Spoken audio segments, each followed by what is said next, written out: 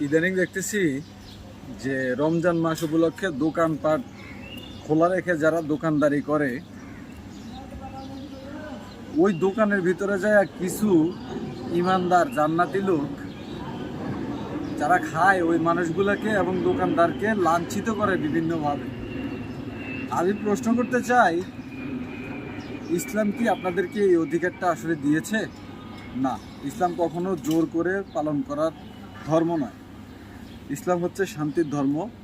এখানে আপনি মানুষকে বুঝিয়ে সুঝিয়ে যদি নিতে পারেন আলহামদুলিল্লাহ, জোর করার কোনো অধিকার নাই। কিন্তু যেভাবে মানুষকে লাঞ্ছনা বঞ্চনা দেওয়া হচ্ছে, এটা খুবই ঘৃণিত একটা কাজ। এতে করে মানুষের ইসলামের প্রতি একটা বিরূপ ধারণা সৃষ্টি হবে। আর যারা নতুন করে জান্নাতি মানে দাড়িওয়ালা টুপিওয়ালা, আলহামদুলিল্লাহ দাড়ি টুপি আমাদের সুন্নাত, কিন্তু এরা এই কাজগুলো করে, আমি খুবই মর্মাহত আসলে এগুলো দেখার পর থেকে। তো সুতরাং বলবো যে এই কাজগুলো থেকে বিরত থাকার চেষ্টা করেন। আর ব্যবসায়ীদেরকে বলবো, অবশ্যই আপনারা যদি দোকান খোলা রাখতে হয় সেক্ষেত্রে আপনাদের পর্যাপ্ত পর্দার ব্যবস্থা করে আপনারা রুগী বা বিভিন্ন ধর্মাবলম্বী যারা আছে তাদেরকে খাওয়ার ব্যবস্থা করবেন।